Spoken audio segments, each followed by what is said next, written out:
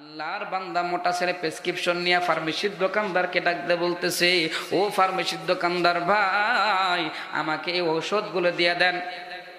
ফার্মেসির দোকানদার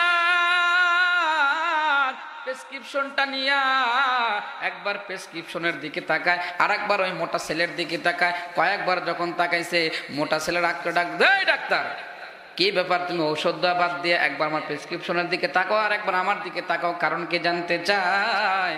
ডাক দিয়ে বলতেছে, বাজান রে, এই জায়গার মধ্যে কোনো ঔষধই লেখা নাই। বলতেছে, ফাজলামো করতেছেন, এই যে ইংরেজিতে লেখা আছে আমি ধরতে পারি না, তাই আপনার কাছে নিয়ে এসেছি, ঔষধ দেন তাড়াতাড়ি। কারণ ডাক্তারের লেখা এমন লেখা শিক্ষিত মানুষ ধরতে পারে না। কথা বলেন ঠিক কিনা?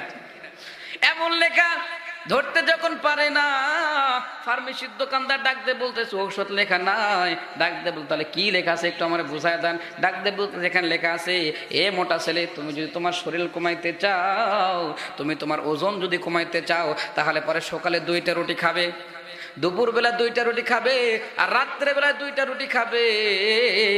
যেই মাত্র বলছে, বলার সঙ্গে সঙ্গে মোটা ছেলেটা ওই ফার্মেসির দোকানদারের কাছ থেকে প্রেসক্রিপশনটা কাইরা নিয়ে দৌড় মারছে।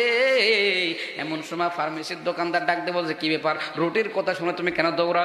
বলতেছে, বাজান রে, কারণ হলো যে এখানে রুটি খাওয়ার কথা লেখা আছে, সকালে 2টা, দুপুরে 2টা, রাত্রে 2টা, কিন্তু খাওয়ার নিয়ম তো লেখা নাই যে এই 2টা রুটিকে আমি খাওয়ার আগে খাবো না পরে খাবো। আপনারা বলেন তো, যদি আপনাদের ব্রেন থাকে একটু বলেন তো, এই রুটি কি সে খাওয়ার আগে খাবে না পরে খাবে? কখন খাবে? আগেও না পরেও না, নাকি বলেন? শুধু 2টা রুটি খেতে হবে, আর আরো বেশি খাবার চায়, তাহলে কি আর মোটা শরীর কমবে? এ বাজান রে, হাসির জন্য বলি না, একটু বুঝেন। মোটা ছেলে যদি তার শরীর কমাইতে চায়, শুধু রুটি খেতে হবে। আমি মুসলমান হয়ে আমি যদি আমার জীবনকে সেটিং ফিটিং করতে চাই, আমি যদি আমার জীবনকে সুন্দরভাবে গড়ে যদি জান্নাতে যেতে চাই, তাহলে মানুষের বানানো নিয়ম কানুন আর মানুষের সংবিধান চলবে না। আমার প্রত্যেকটা কাজে, রাষ্ট্রীয় কাজ থেকে শুরু করে নিয়ে প্রতিটা কাজে শুধু কোরআনই মানতে হবে। কথা বলেন ঠিক কিনা? লিল্লাহে তাকবীর। এ বাজান, এই কোরআন তাহলে মানতে হবে, এটাকে আমি বোঝাইতে পারছি। এ বাজান রে, যদি বুঝে থাকেন কোরআন মানতে হবে, তাহলে এখন কোরআন থেকে আলোচনা করব, নাকি এখন সুবিধা হবে, নাকি বলেন? কোরআনের যে কি গুণ, এটা আগে আপনাকে বোঝাইতে হবে। এ বাজান রে, কোরআন ছাড়া অন্য কিছু মানা যাবে না। অন্য মানুষের আইন আর অন্য মানুষের নিয়ম কানুন যদি মানেন, যতদিন পৃথিবী থাকবে অশান্তি থাকবে, কোনো দিন শান্তি কায়েম হবে না। কথা বলেন ঠিক কিনা? অশান্তির কোপানলে মরিস না রে ধুকে ধুকে, আয় তোরা দিকে দিকে ছুটে আয়। যতদিন দূরে যাবে ততদিন পিছে রবে, শান্তি আসিতে এই দুনিয়ায়। খোদার আইন ছাড়া অন্য কিছুতে আর, খোদার আইন ছাড়া অন্য কিছুতে আর মানুষের শান্তি না মিলবে। সেদিন সবাই খোদাই বিধান পে দুঃখ বেদনা ভুলবে। আল্লাহর আইন যখন আসবে, তখন সবাই দুঃখ বেদনা সব ভুলে যাবে, তখনই কেবলমাত্র মানুষ শান্তিতে থাকবে। কথা বলেন ঠিক কিনা? একাকী নিরমণি নির্জন পথে যাবে, কোনো জন কটু কথা কবে না।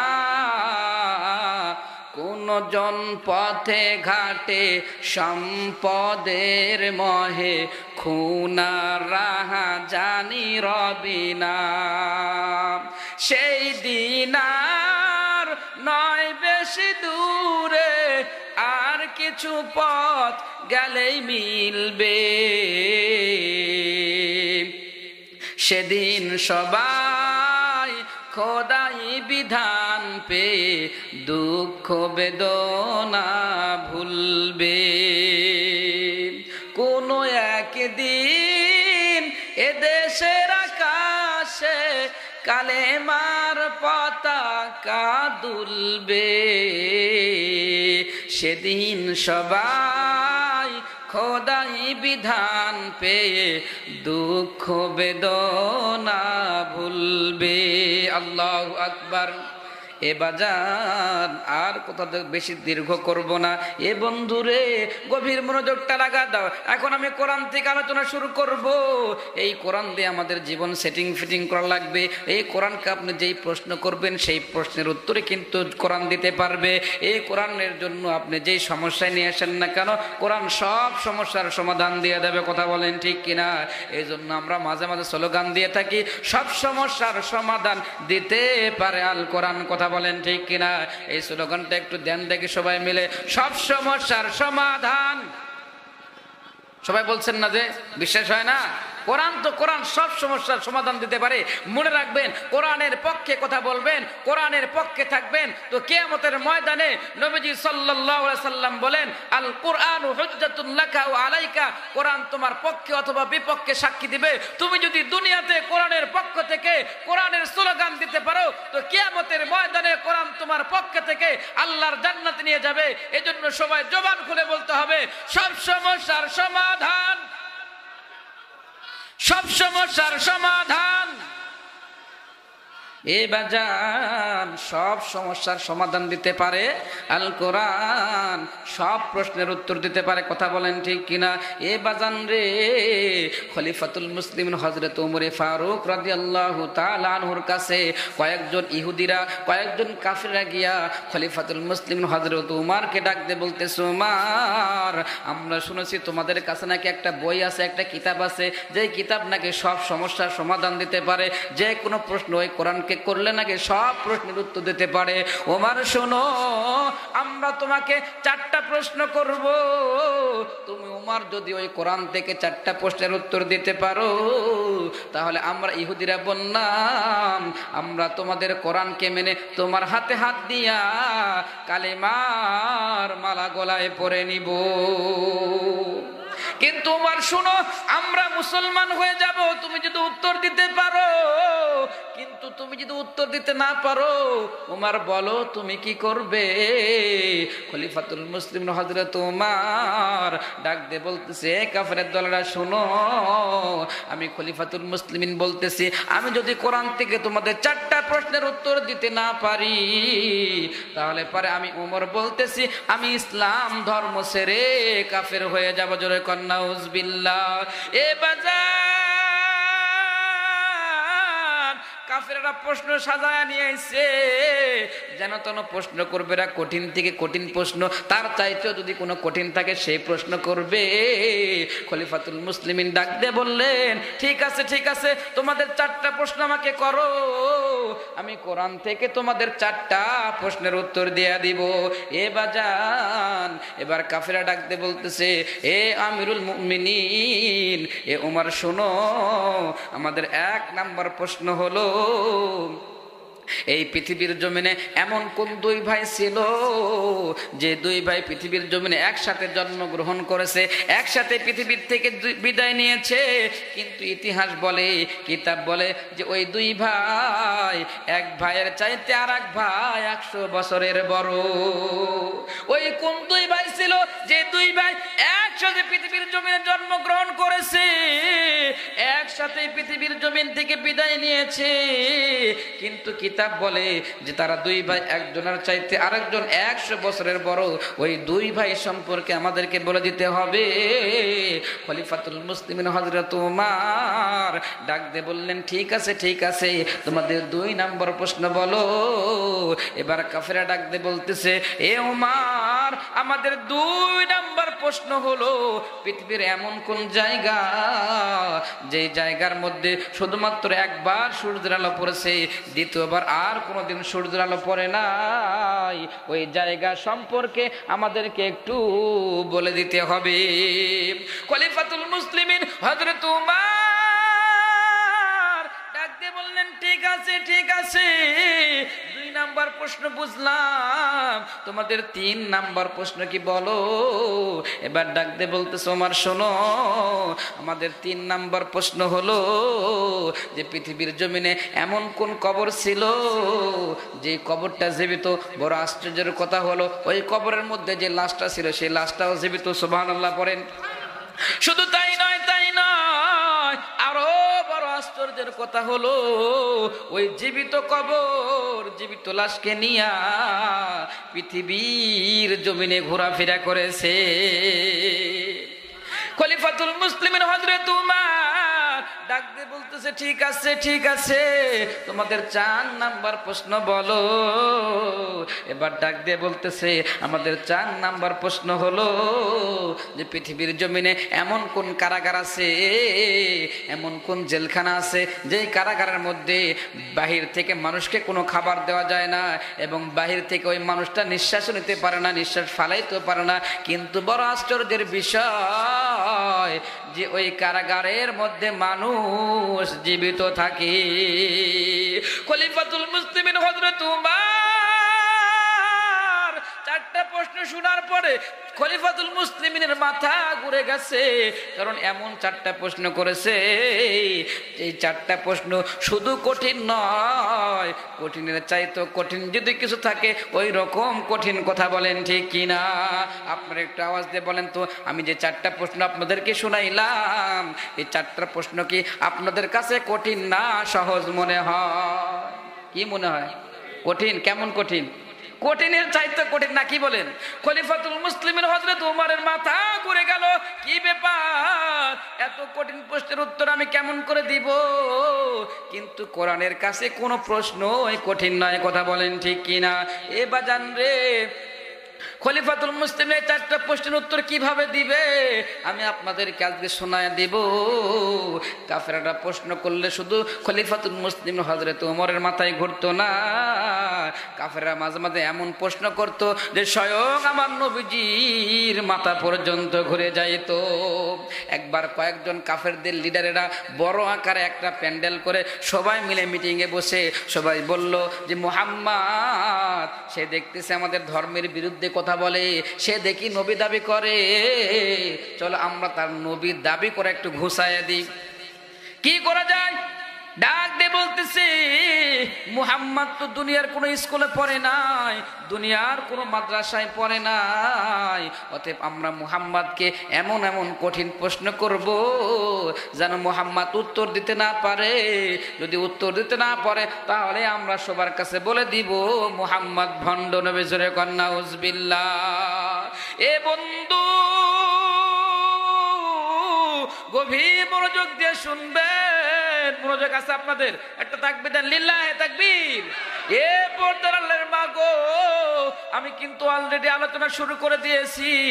এ দোকানদার ভাইরা এখনো বুঝে জিলাপি বিক্রয় করো, এখনো বুঝি মিষ্টি বিক্রয় করো, কপাল পোড়ার দল। আজকে এখানে জান্নাতের বাগান, এই জায়গায় বসলে নিজের জীবনের গুনাহ মাফ হয়, নিজের আমল নামে নেকি হয়। আর তুমি দুনিয়ার কয়েকটা টাকা কামানোর জন্য এখনো শীতের মধ্যে মিষ্টির দোকানে বসে আছো। ভাই রে ভাই, অনুরোধ করবো বেচা কিনা বন্ধ দাও, যে জায়গায় বসে আছো ওই জায়গা থেকে একটু কানটা লাগায়া দাও। দেখো এই কাফেরেরা আমার নবীকে কেমন প্রশ্ন করে। এবার কাফেরেরা তারা বৈঠকে বসে কঠিন থেকে কঠিন 3টা প্রশ্ন ঠিক করলে একটা আওয়াজ দিয়ে বলেন কয়টা প্রশ্ন ঠিক করছে? এ বাজানদি 3টা প্রশ্ন ঠিক করার পরে আমার নবীর কাছে যাইয়া ডাক দেয়া বলে, এই আব্দুল্লাহর বেটা মুহাম্মদ। জোরে কর নাউজুবিল্লাহ। ওরা তো আমার নবীকে সম্মান দেয় না, সম্মান দেয় নাকি? সম্মান দেয় না। ডাক দেয়, এই আব্দুল্লাহর বেটা মুহাম্মদ, তুই নাকি নবী দাবি করিস? এরকম করে বলতেছে। এমন বেদব আছে না? নাই। শুধু আমার নবীর সাথে বেদবি করে নাই, তারা আজও পর্যন্ত পৃথিবীর জমিনে আছে। এখনো পর্যন্ত কিছু মানুষ আছে আলেমদের সাথে বেদবি করে। কথা বলেন ঠিক কিনা? এ বন্ধু, আমার নবীজি জনাবে মুহাম্মদ রাসূলুল্লাহ, সবাই পড়েন সাল্লাল্লাহু আলাইহি সাল্লাম, তারা বেয়াদবি করে ডাক দিয়ে বলতেছে, এই আব্দুল্লাহর ছেলে মুহাম্মদ, তুই নাকি নবী দাবি করিস, তুমি নাকি নবী দাবি করো। তুমি যদি নবী হও তাহলে আমাদের তিনটা প্রশ্নের উত্তর দাও। এই তিনটা প্রশ্নের উত্তর তুমি যদি দিতে পারো তাহলে আমরাও মুসলমান হয়ে যাব, তোমাকে নবী হিসাবে মেনে নিব। আর তুমি যদি এই তিনটা প্রশ্নের উত্তর দিতে না পারো তাহলে আমরা প্রচার করে দিব তুমি একজন ভণ্ড নবী। অনেকে এই পৃথিবীর জমিনে ভণ্ড নবী দাবি করেছিল, কথা বলেন ঠিক কিনা? তার মধ্যে একজন ছিল গোলাম মোহাম্মদ কাদিয়ানী। যেই গোলাম মোহাম্মদ কাদিয়ানী আমার নবীজিকে অপমান করে, খতমে নবুয়তকে অপমান করে, আমার নবীকে ডিঙ্গায়া সে নবী দাবি করেছিল, সে শেষ নবী দাবি করেছিল। আমার আল্লাহ ডাক দেয় বলে, এই গোলাম মোহাম্মদ কাদিয়ানী, তুই আমার নবীজির শানকে খাটো করতে চাস, আমার দোস্তের মানকে কমাতে চাস, যা আমি তোর মান কমা দিলাম। ওই গোলাম মোহাম্মদ কাদিয়ানীকে আমার আল্লাহ তাআলা বাথরুমের মধ্যে নিয়া, বাথরুম ধসায়া, বাথরুম ভেঙ্গে বাথরুমের মধ্যে ফালাইয়া, বাথরুম খাওয়াইয়া দুনিয়ার থেকে ডিলিট করছে, কথা বলেন ঠিক কিনা? শুধু আজকে আমার নবীর সাথে যারা বেয়াদবি করছে তাদের পরিণতি এমন নয়। আপনি তাকায় দেখেন, খেয়াল করে দেখেন, নবীজির ওয়ারিস আলেম ওলামাদের সাথে যারা বেয়াদবি করেছে তাদের পরিণতি ওই রকম বাথরুম খাওয়ার মতোই হয়েছে, কথা বলেন ঠিক কিনা? যারা আলেমদের সাথে বেয়াদবি করেছে তাদের কারো মুখে পড়েছে জুতার বাড়ি, কারো মাথায় পড়েছে ঠিলার বাড়ি, কারো মাথায় ভেঙেছে লাঠির বাড়ি, কথা বলেন ঠিক কিনা? হবে এটা। এজন্য নবীদের পক্ষে থাকতে হবে, আলেমদের পক্ষে থাকতে হবে, কোরআনের পক্ষে থাকতে হবে, মাদ্রাসার পক্ষে থাকতে হবে, কথা বলেন ঠিক কিনা? এ বাজান, এবার ডাক দিয়ে বলতেছি, মুহাম্মদ আমরা তোমাকে তিনটা প্রশ্ন করব, যদি উত্তর দিতে পারো তাহলে আমরা মুসলমান হয়ে যাব, আর যদি তুমি উত্তর দিতে না পারো তাহলে কিন্তু আমরা বলে দিব তুমি ভণ্ড নবী। এ বাজান, এ সোনার যুবক, গভীর মনোযোগ দিয়ে শুনে রে বন্ধু। আমার নবী ডাক দিয়ে বললেন, ঠিক আছে ঠিক আছে, তোমাদের কি তিনটা প্রশ্ন তোমরা বলো, আমি তোমাদের তিনটা প্রশ্নের উত্তর দিয়ে দিব। আমার নবী তো পৃথিবীতে এসেছেন শিক্ষক হিসাবে, কারো কাছে ছাত্র তিনি ছিলেন না, কথা বলেন ঠিক কিনা? নবীজি সাল্লাল্লাহু আলাইহি সাল্লাম বলেন, বুইস্তু মুআল্লিমান লিউতাম্মিমা মাকারিমাল আখলাক, আমাকে তোমাদের মাঝে শিক্ষক হিসাবে উত্তম আদর্শ দিয়া আল্লাহ পাঠাইয়াছেন। নবী যে শিক্ষক হয়ে দুনিয়াতে এসেছেন। এ বন্ধু, নবী আমার ডাক দিয়ে বললেন, ঠিক আছে তোমাদের তিনটা প্রশ্ন তোমরা করো, আমি নবী তোমাদের তিনটা প্রশ্নের উত্তর দিয়ে দিব। এবার কাফেরের দলেরা ডাক দিয়ে বলতেছে, মুহাম্মদ আমাদের এক নাম্বার প্রশ্ন হলো মা হুয়ার রূহ, রূহ কি জিনিস? যে রূহ আমাদের মধ্যে আছে তো আমরা জীবিত, রূহ নাই তুমি তো, কথা বলেন ঠিক কিনা?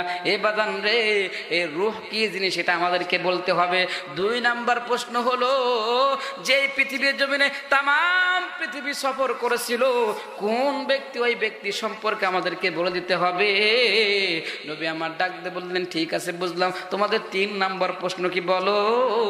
এ বন্ধু, আপনারা কি ঘুমাচ্ছেন? আমি কি তিন নাম্বার প্রশ্ন বলবো? মনোযোগ আছে তো ইনশাল্লাহ?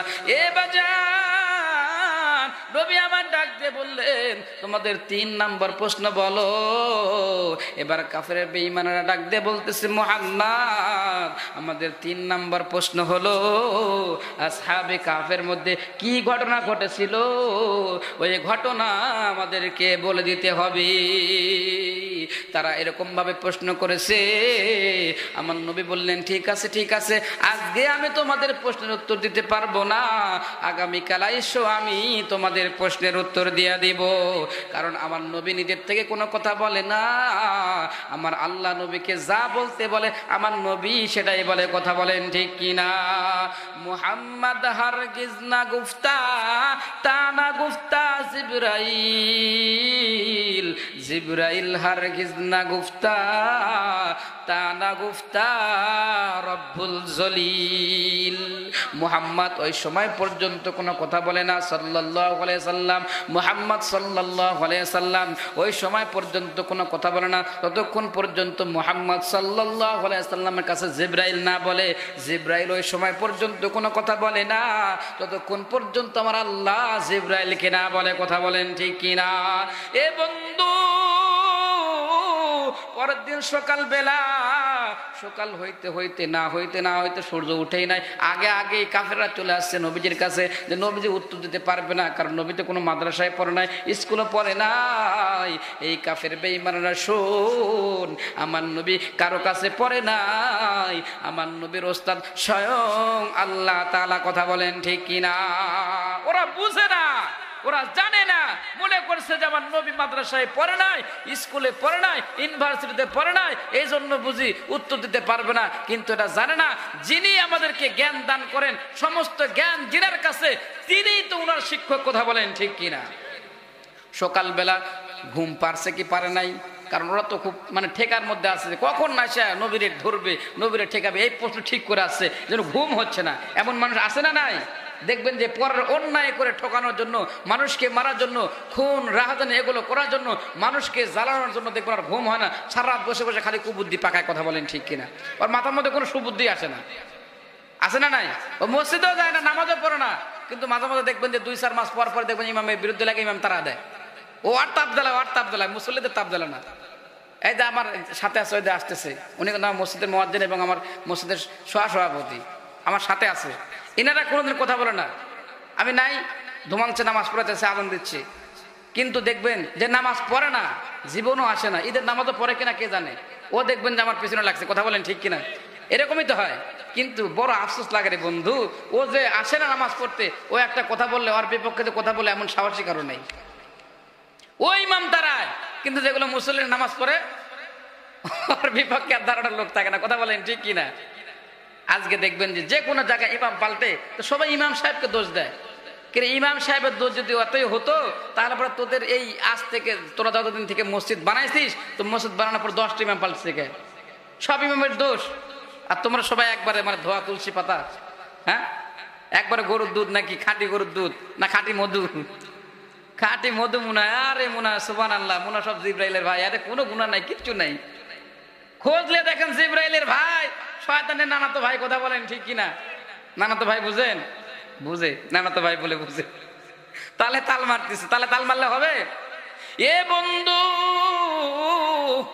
নবী আমার ডাক দিয়ে বললেন, আগামীকাল তোমরা এসো, আমি তোমাদের উত্তর দিয়ে দিব। রাত্রিবেলায় গেছে, ওদের চোখে ঘুম নাই, কখন মুহাম্মাদের কাছে যাবে, মুহাম্মাদকে ধরবে, মুহাম্মাদকে অপমান করবে। এখনো সমাজের মধ্যে এমন মানুষ আছে যে মানুষের পিছনে লাগে। কথা বলেন ঠিক কিনা? তাদের ঘুম হয় না। যেই ব্যক্তিটা হিংসুক, ওই ব্যক্তির জীবনও কোনোদিন আপনার শান্তি হয় না। হিংসুকের কোনোদিন শান্তি হয় না, পরের দেখে যায় জলে। এমন লোক আছে না নাই? দেখবেন যে প্রতিবেশী একজন বড় চাকরি পেয়েছে, বা তার একটু টাকা পয়সা হয়েছে, বিদেশ গিয়েছে, তো দেখবেন প্রতিবেশীর জ্বালাপোড়া শুরু হয়ে গেছে। জ্বালাপোড়া তাদের অন্তরে আছে, জীবনেও সুখ পাবে না। আল্লাহর একজন বান্দা এরকম বসে থেকে মধু খাচ্ছে। কি খাচ্ছে? মধু খাচ্ছে।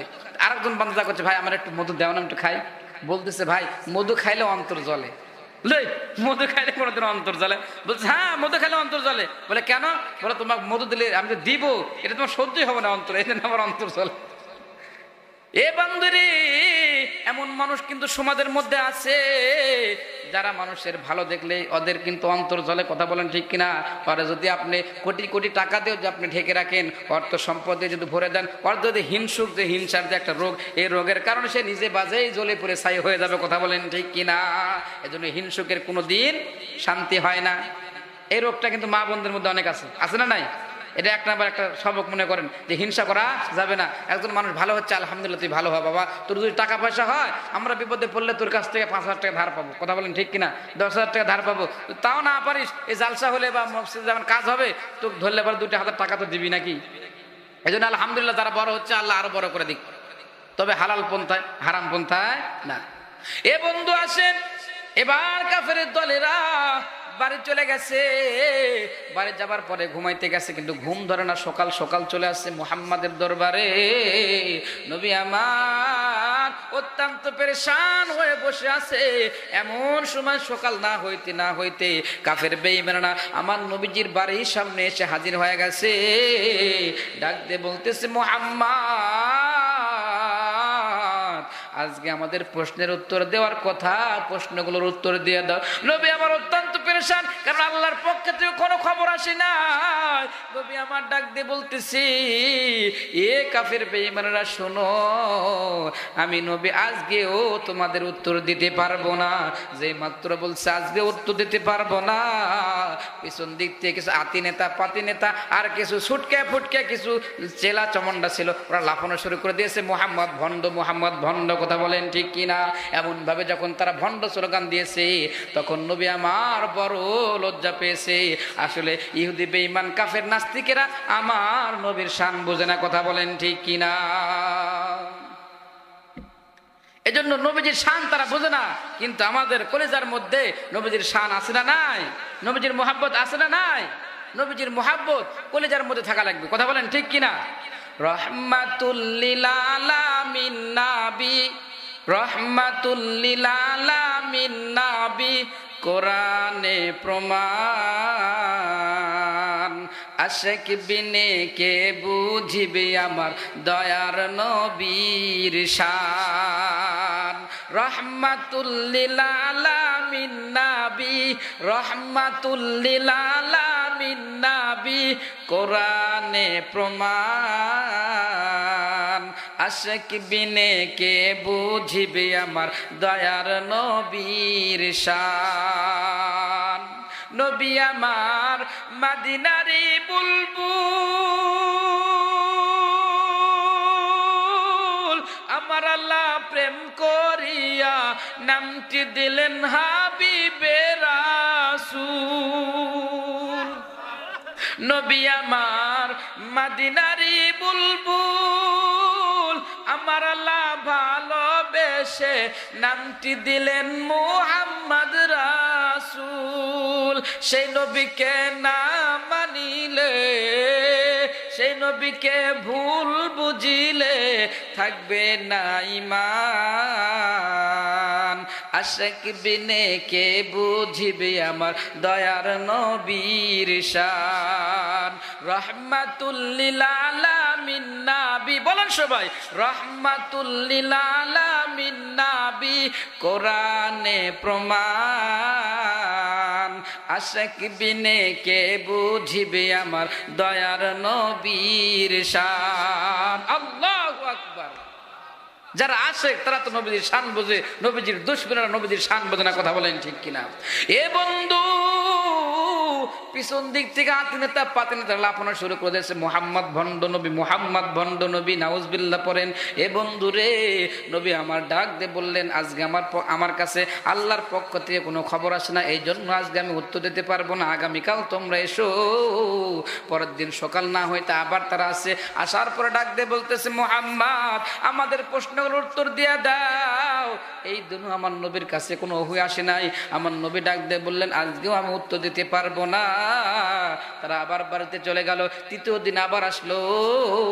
আসার পর ডাক দিয়ে বলতেছে, মুহাম্মদ আমাদের প্রশ্নগুলোর উত্তর দিয়ে দাও। নবী আমার ডাক দিয়ে বললেন, আজকেও আল্লাহর পক্ষ থেকে কোনো খবর আমার কাছে আসে নাই। তিন দিন যখন আমার নবী প্রশ্নের উত্তর দিতে পারে না, কাফের বেঈমান এইবার মক্কার মধ্যে কানা ঘষা শুরু করে দিল, প্রচার করা শুরু করে দিল, মুহাম্মদ ভণ্ড নবী, মুহাম্মদ ভণ্ড নবী। আমার নবী বড় পেরেশানির মধ্যে পড়ে গেলেন, বড় টেনশনের মধ্যে পড়ে গেলেন। আমার নবীর কাছে ওহী নাজিল হতেছে না। এমন কঠিন মুহূর্তে নবী আল্লাহর কাছে বলতেছে, কিন্তু ওহী নাজিল হতেছে না, কোনো প্রশ্নের উত্তরও আসতেছে না। এর কারণ হলো ছোট্ট একটা মিস্টেক আমার নবী করে ফেলাইছে। নবীদের কিন্তু ভুল হয় না, তবে মাঝে মাঝে শেখানোর জন্য আল্লাহ কিছু মিস্টেক করে দেয়। কথা বলেন ঠিক কিনা? একটা মিস্টেক করে ফেলাইছে, যার কারণে 15 দিন পর এই 3টা প্রশ্নের উত্তর সহ জিবরাইল আমিন হাজির হয়েছে। এই একটা মিস্টেক, কি মিস্টেকের কারণে নবীর প্রতি ওহী বন্ধ হয়ে গিয়েছিল, এটা বলবো। 3টা প্রশ্নের উত্তর বলবো। এই 3টা প্রশ্নের উত্তর আমি যখন বলবো, তখন আরেকটা জিনিস আপনারা জানতে পারবেন, যে পৃথিবীর জমিনে একটা কুকুর ছিল, ওই কুকুরটা একটা আমল করেছিল, ওই একটা আমলের কারণে ওই কুকুরটা আল্লাহর জান্নাতে যাবে। কি আমলের কারণে কুকুরটা জান্নাতে যাবে? এই 3টা প্রশ্নের ভিতর দিয়া ওই কুকুরে জান্নাতের যাওয়ার সেই আমলটা আপনারা জানতে পারবেন। পাশাপাশি আরেকটা জিনিস জানতে পারবেন, যে একজন আল্লাহর বান্দা পৃথিবীর জমিনে ছিল, একটা মাত্র খারাপ আমল করেছিল, যার কারণে সে জাহান্নামে যাবে, এবং জাহান্নামে যাবার সময় সে মানুষের সুরতে যাবে না, এই কুকুরের রূপ ধরে সে জাহান্নামে যাবে, আর এই কুকুরটা ওই মানুষের রূপ ধরে জান্নাতে যাবে। তাহলে এবার আপনাদের কাছে আমি জানতে চাই, আগে ওমর ফারুককে কয়টা প্রশ্ন করেছিল? সবাই বলেন কয়টা? 4টা। আমার নবীকে প্রশ্ন করেছে 3টা, আর তার ভিতর দিয়ে একটা মিস্টেক, আর 2টা খবর আছে, কথা বলেন ঠিক কিনা? এ বাজান রে, সব মিলে প্রশ্ন হয়েছে ওমর ফারুকের 4টা, আর নবীদের কাছে 3টা, 7টা, আর মাঝখানে আরো কয়েকটা, কথা বলেন ঠিক কিনা? এই 7টা প্রশ্ন। আর আমার মা বোনরা বাহির থেকে আমার ওয়াজ শুনতেছে, মা বোনদের জন্য কিছু আমলের কথা বলা দরকার, কথা বলেন ঠিক কিনা? তাদের জন্য 4টা আমলের কথা বলবো। কোনো মা যদি